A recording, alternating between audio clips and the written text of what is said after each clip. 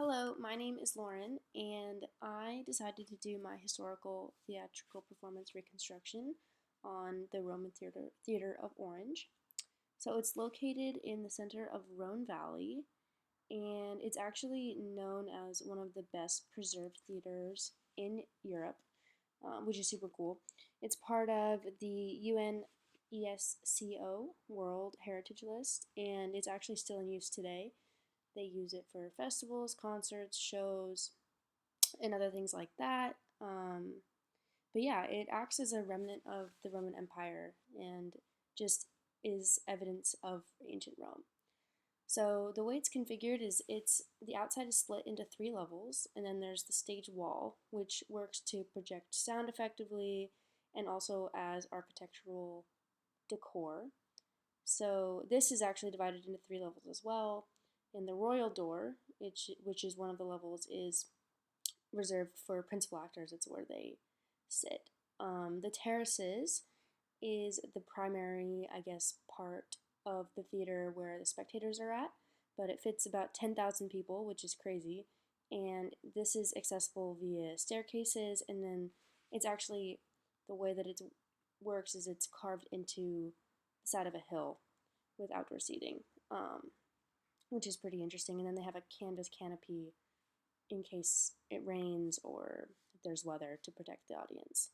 The orchestra is sat in a semicircle in the center of the terraces. And then, so for the tragedies, this is where the choir was located.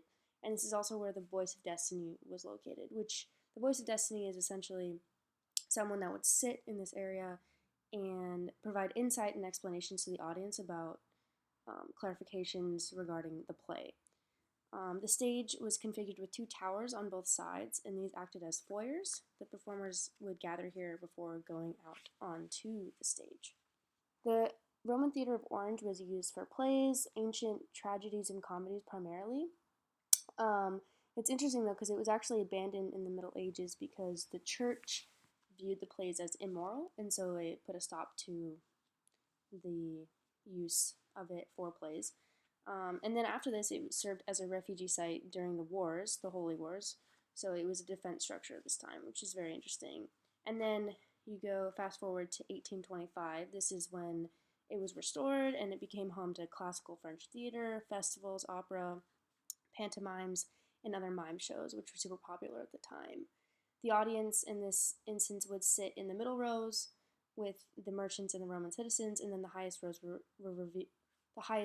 were reserved for like the prostitutes and slaves and the lower class citizens.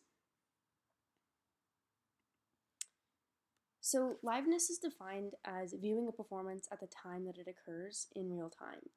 So in today's world, this could be through broadcasting live or in person live. The idea it plays on the off of the idea that theater is ephemeral, meaning that it exists in the moment and then after that it's gone forever.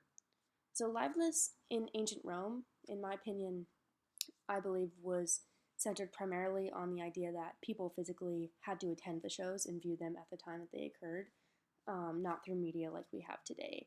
This is largely just due to the fact that they didn't have the technology for this. Um, but yeah, and then you talk about the role of the audience. Audience obviously is very impactful because it shapes how the play is performed. You expect the audience to be fully engaged and solely focused on the performance, which is what they would expect in the ancient Roman times as well. Um, so, with theater and society, there are various classes of people that would be able to attend the shows. It varied from upper class citizens to prostitutes, like I mentioned earlier, and then they were separated into sections based on the class. The theater in ancient Rome centered around religion, which is very interesting because for a while, like I said before, plays ceased for a time due to the fact that the church was not approving of the material that they were using in the plays. So this just goes to show how heavily the church shaped pretty much all of life at this time. So there are various principal actors that were very well known in society that would act in the cast, and not just everyone could act in the plays. And then there are also various directors, some well known. Bear with me when I try to pronounce the names, but Livius Andronicus, but he was very famous for ancient Roman tragedies and comedies. And then I'm not even going to try to pronounce the other name, but he was also very famous for contemporary plays and comedies.